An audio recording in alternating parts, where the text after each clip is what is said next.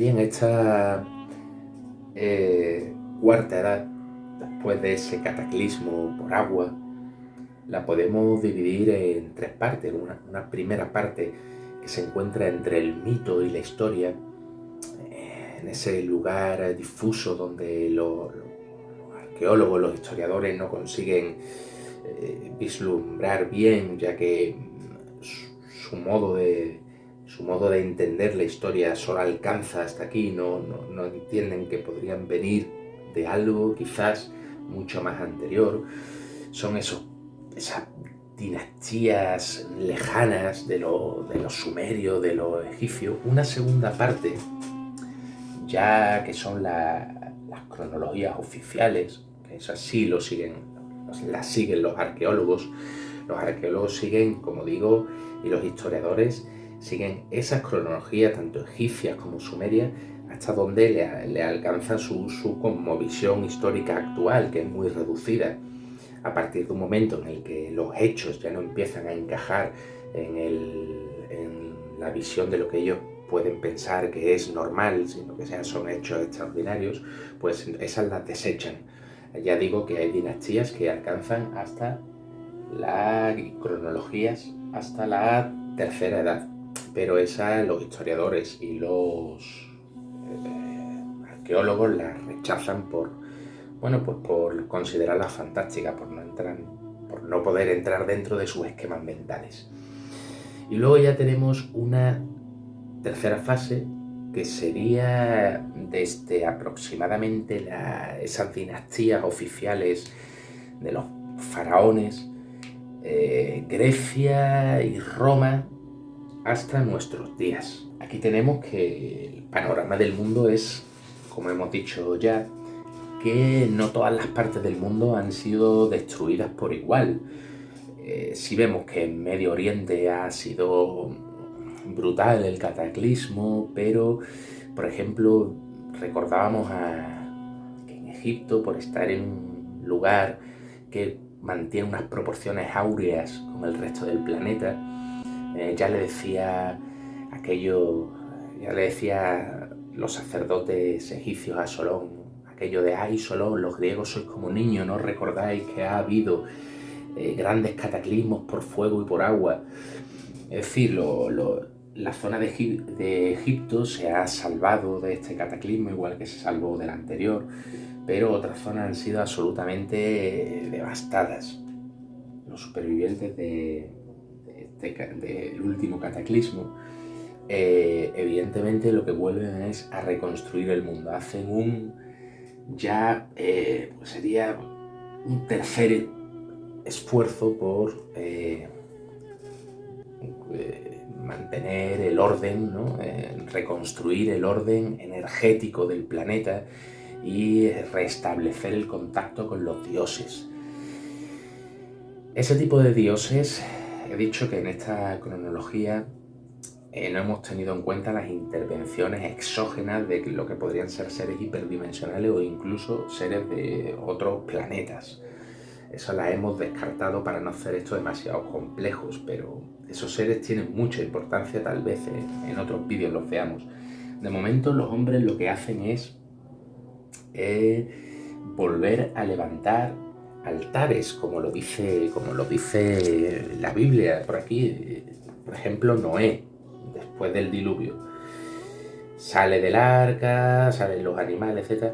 Y dice: construyó Noé un altar a Yahvé, y tomando de todos los animales puros y de todas las aves puras, ofreció holocaustos sobre el altar. Bien, se establecen esos altares. Esos altares bien podrían ser también dólmenes, porque ahora lo que tenemos es, y esto es un dato muy interesante, esta edad no la vamos a intentar definir porque, hay demasiados datos acerca de ella, se podría definir por sí sola. Vamos simplemente a mirar y hacer algunas puntualidades interesantes. Lo primero que tenemos es que no todas las partes han sido destruidas por igual y que hay una tercera reconstrucción del mundo por parte de los supervivientes de la tercera edad. Y aquí sí es interesante para analizar los vestigios que se produce una, una doble tendencia arquitectónica que va al unísono pues, en una cuestión temporal.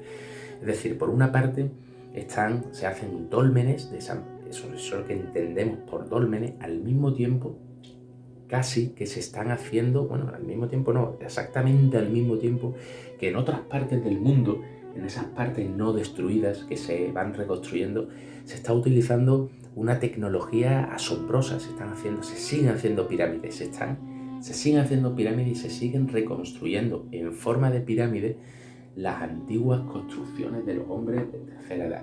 Esto es debido a que tenemos los hombres de los que derivamos nosotros, que ya dijimos que aparece el hombre, y tenemos esa estirpe de gigantes que se ha ido reduciendo de tamaño y que ahora siguen siendo los reyes, los faraones, los jefes tribales, etc. Y que tienen otro tipo de tecnología, son los herederos de aquella tecnología. Por lo tanto, tenemos que en esta tercera reconstrucción del mundo tendríamos dos tipos de vestigios.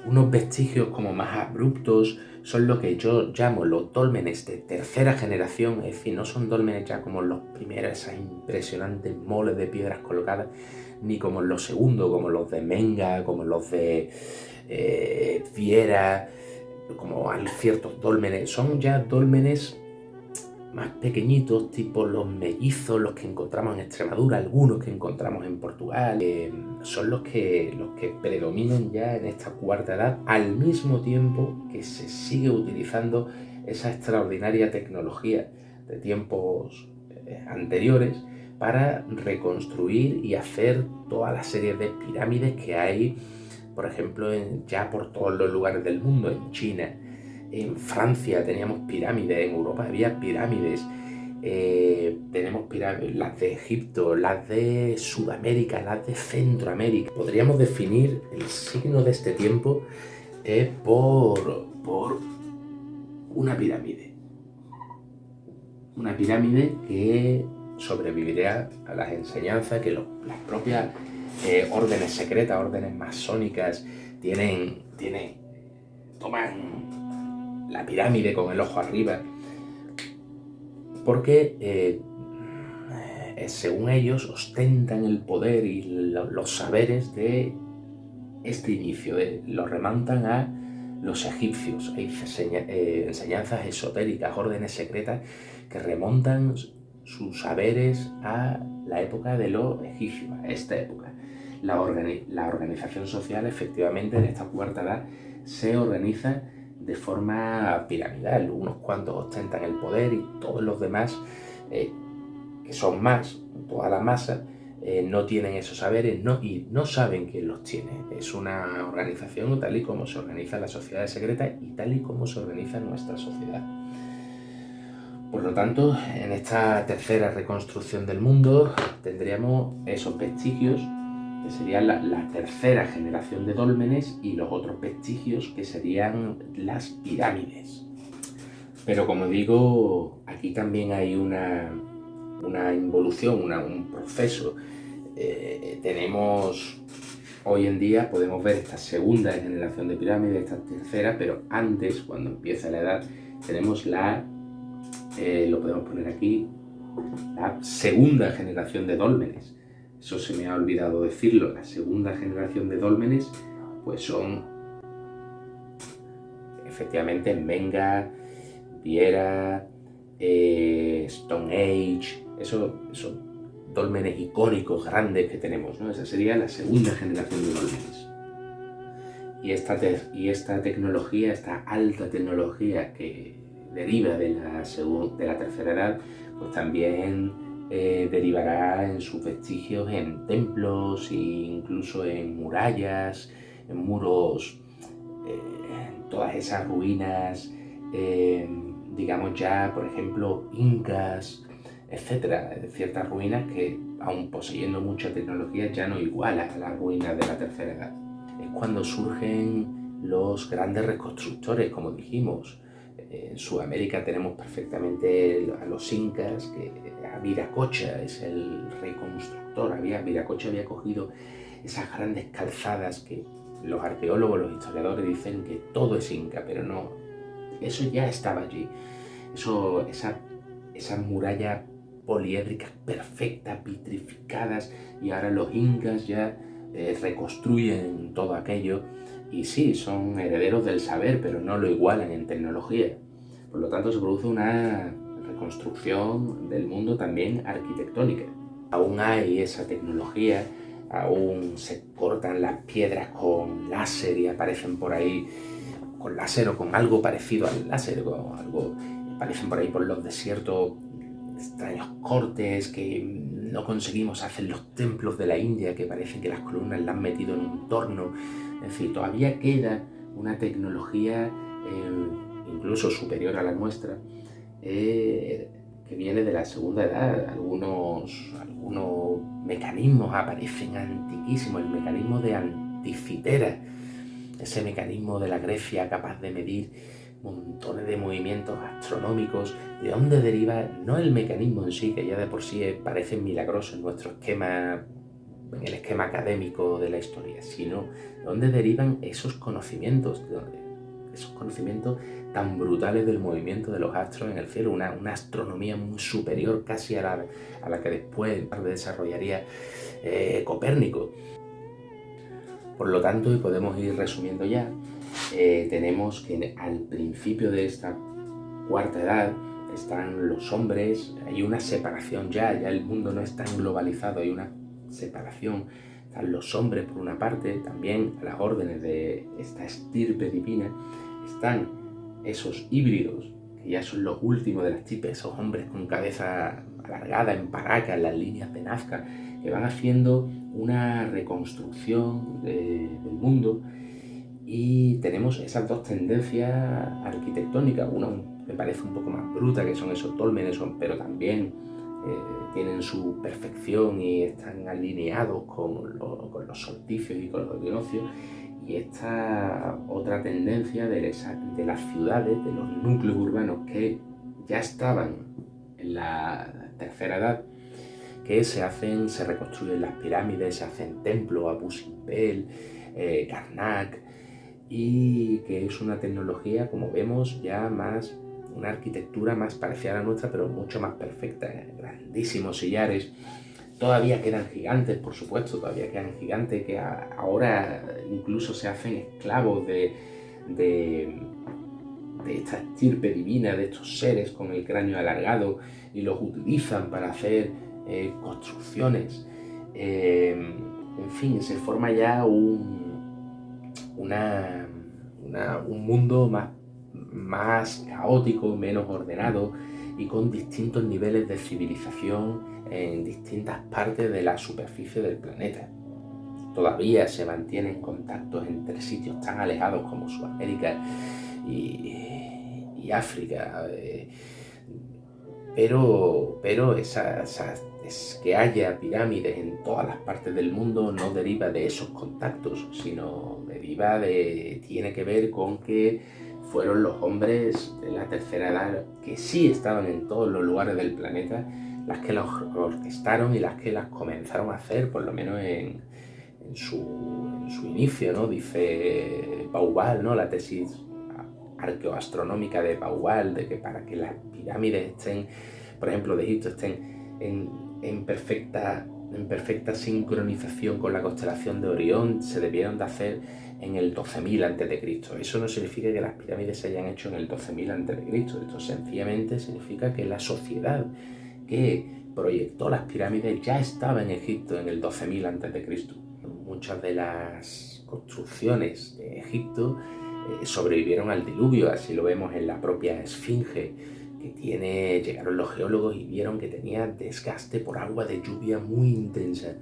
Eso, desde entonces hasta ahora, no ha llovido en Egipto tantísimo como para producir ese desgaste. Es decir, que parte de la cultura egipcia ya existía antes del diluvio, pero como bien le dijo a Solón los sacerdotes egipcios, Egipto se salva de los cataclismos, al menos de los dos últimos. Egipto ya existe desde aquí, desde la segunda edad, al menos esos reyes que planifican la sociedad de Egipto y merodean por allí. Y ahora lo que tenemos es un vacío, porque en esta segunda fase aunque hay muchos contactos, ya se olvidan los antiguos saberes, y hay un factor fundamental que la Iglesia, la Iglesia, que tiene un poder brutal durante la segunda fase de esta cuarta edad, se hace, recordemos, católica, apostólica y romana. Es decir, se hacen romanas. Entonces, la Iglesia tiene toda una larga edad media en la que ellos son los únicos letrados, ellos ostentan el saber, y el pueblo es absolutamente iletrado, y tiene toda una larga edad media para manipular la historia, al haberse hecho romana, pues para trastocar el calendario, acercar la edad de Jesús al solsticio de invierno, a fundir el culto de Mitra con el culto cristiano. Y no solamente para eso, sino para colonizar el mundo y ir destruyendo todos los vestigios de nuestro pasado. Quemaron los nudos de Sudamérica, ese saber ancestral que nos había llegado a nosotros en forma de nudo. Derribaron montones de menires porque estaban asociados a cultos paganos. Todavía hay menires que no pudieron derribar y que sencillamente, como no podían, pues bueno, le plantaron una cruz arriba, ¿no? Como, bueno, si no lo puedo destruir, pues por lo menos lo cristianizo. Antiguas calzadas iniciáticas, como el Camino de Santiago, que es por la Vía Láctea. Era una ruta, se cristianizó y se trastocó toda la historia. Así nos ha llegado la historia a nosotros, absolutamente trastocada y absolutamente manipulada y absolutamente destruida ya por la imposición de la religión ya cristiana, ¿no? Esto no solamente pasa con el cristianismo, también pasa en todas las religiones, ¿no? Se destruye todo lo anterior. En esta última ya fase somos tan arrogantes que decimos que el calendario maya, que los mayas se confundieron, que en el 2012 no ha sido el fin del mundo. Los mayas no se confundieron, los mayas eran herederos de este saber ancestral, y el calendario maya está perfectamente sincronizado con los movimientos celestes, con el cosmos y con estos ciclos que rigen la vida sobre la superficie, al menos de la Tierra.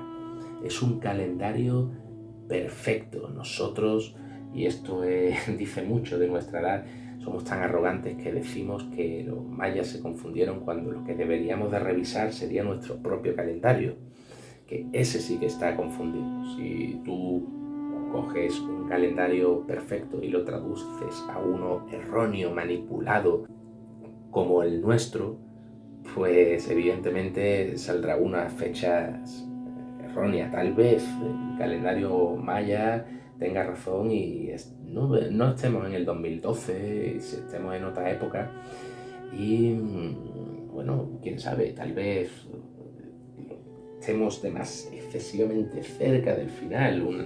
Como me dijo una vez un extraño taxista que me llevó, que por cierto no me cobró todo lo que me tenía que cobrar, me dijo que quedaban apenas unas cuantas generaciones para el final de este Manvatara, de este ciclo. Nunca antes el hombre estuvo tan alejado de su divinidad. Las instituciones religiosas, no las religiones, las instituciones religiosas se encargaron de hacernos olvidar nuestro pasado. La ciencia nos ha convertido en un mono evolucionado, producto de la casualidad, que habita un planeta insignificante, perdido en el rincón de una galaxia que se halla al otro lado del universo. Nos ha despojado de toda nuestra importancia dentro del cosmos.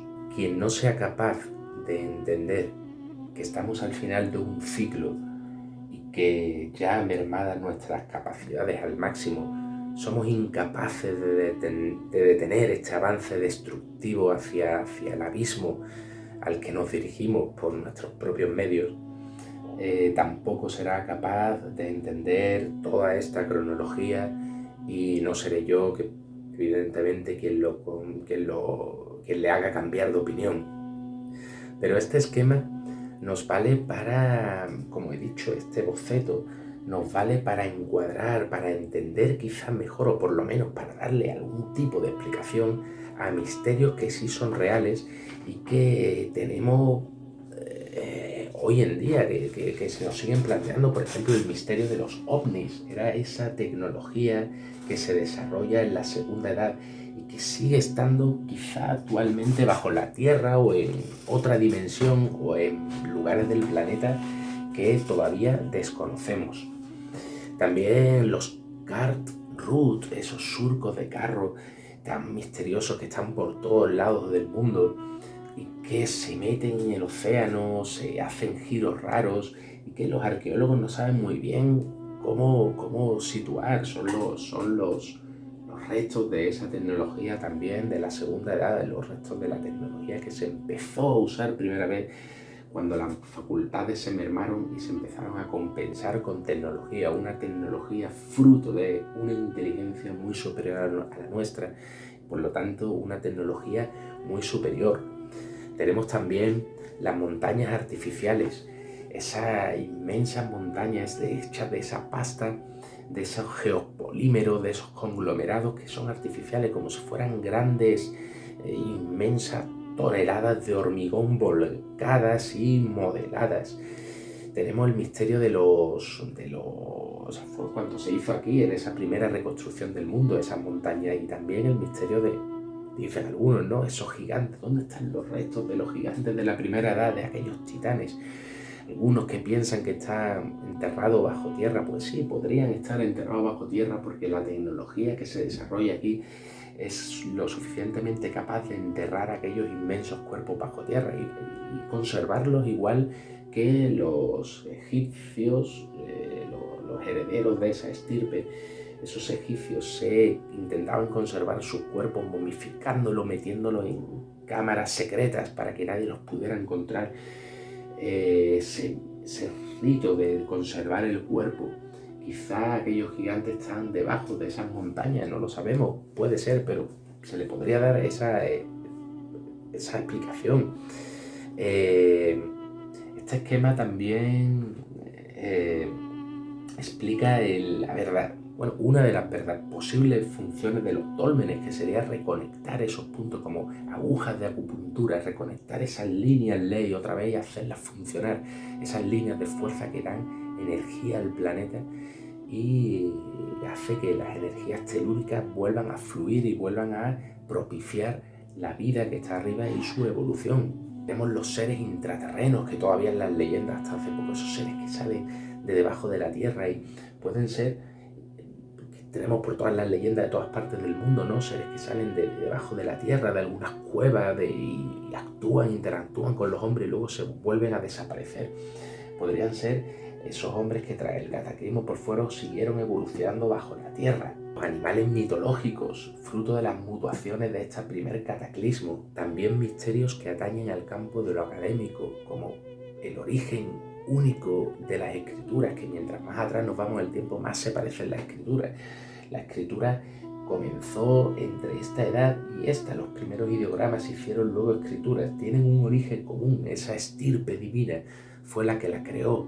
Conforme se fueron mermando sus capacidades psíquicas de telepatía y de otros medios de comunicación incomprensibles para nosotros, se fue creando la escritura. Tenía un origen común. También explicaría ese misterio que encontramos en la arqueología de artefactos que mientras más atrás en el tiempo, o construcciones que mientras más atrás en el tiempo, más perfectas son, más difíciles que se pudieran hacer, y sin embargo son más antiguas. Y solamente hacen los arqueólogos intentar, en este esquema evolucionista que ellos siguen, intentar encajar esos vestigios ahí con calzador, por ejemplo, esas tinajas hechas con diorita, cómo en Egipto, cómo se puede tallar unas tinajas que además tienen huecos vacíos, que ningún taladro podría llegar a esos huecos porque tendría que ser un taladro doblado, algo que es imposible. Están modeladas como si fueran barro. Y nos dicen que la hacen con cincel de cobre. En la escala de dureza, tallar la diorita con cobre es como tallar una piedra de mármol con la uña. Podríamos incluso explicar ese esquema evolutivo que hace la antropología de que hubo un pensamiento mágico, un pensamiento animista, un pensamiento religioso y luego un pensamiento científico. Efectivamente, aquí hubo un pensamiento mágico, porque se usaba la magia entendida como la capacidad de hacer que las fuerzas naturales te obedezcan. Aquí hubo un pensamiento animista que era cierto. Decían los mitos griegos que aquella humanidad de la Edad de Oro se convirtieron en los manes de la Edad de Plata. Es decir, aquí empieza el culto a estos seres fallecidos que tienen la capacidad de aparecerse tanto física como astralmente, aún habiendo muerto, porque esas facultades las poseían. Aquí aparece el pensamiento religioso.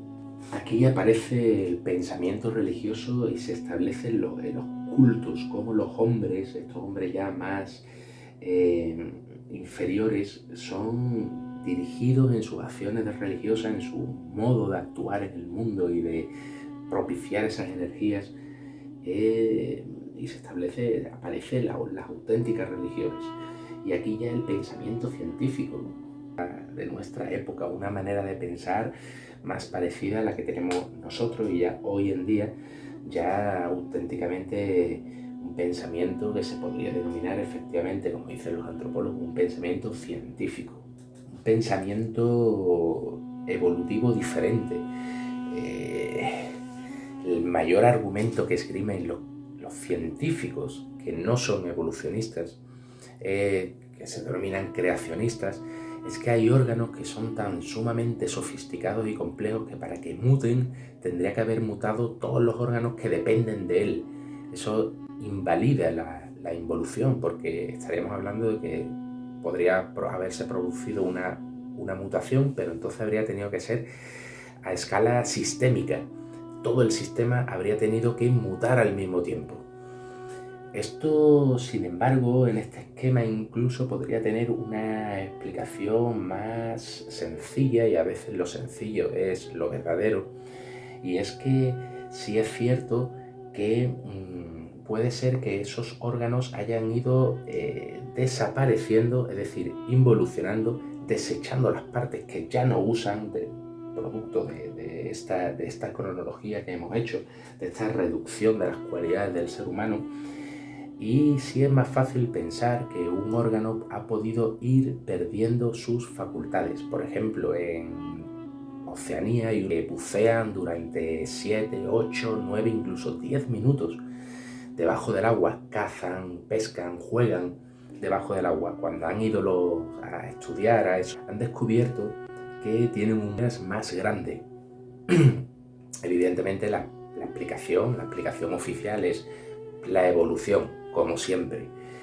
Como han buceado durante mucho tiempo, pues han evolucionado, pero esto es muy difícil. Es más fácil pensar que se ha podido producir una involución, es decir, que antes todos teníamos el hígado más grande, todos teníamos el corazón más grande, porque éramos más grandes, porque éramos más poderosos, porque podíamos bucear, podíamos correr kilómetros, como se dice de Gilgamesh, que era capaz de correr no sé cuántos kilómetros, una barbaridad de kilómetros al día. Es decir, antes éramos muy superiores, y a fuerza de no ir utilizando esos mecanismos, esas cualidades, a fuerza de ir habiendo reducido nuestras capacidades, esos órganos se han ido degenerando. En Oceanía, capaces de bucear durante 7, 8, 9 y 10 minutos, tienen más grande porque no lo han perdido, porque lo han sabido conservar. Tenemos, por lo tanto, una cronología que da explicación a todos y cada uno de los misterios.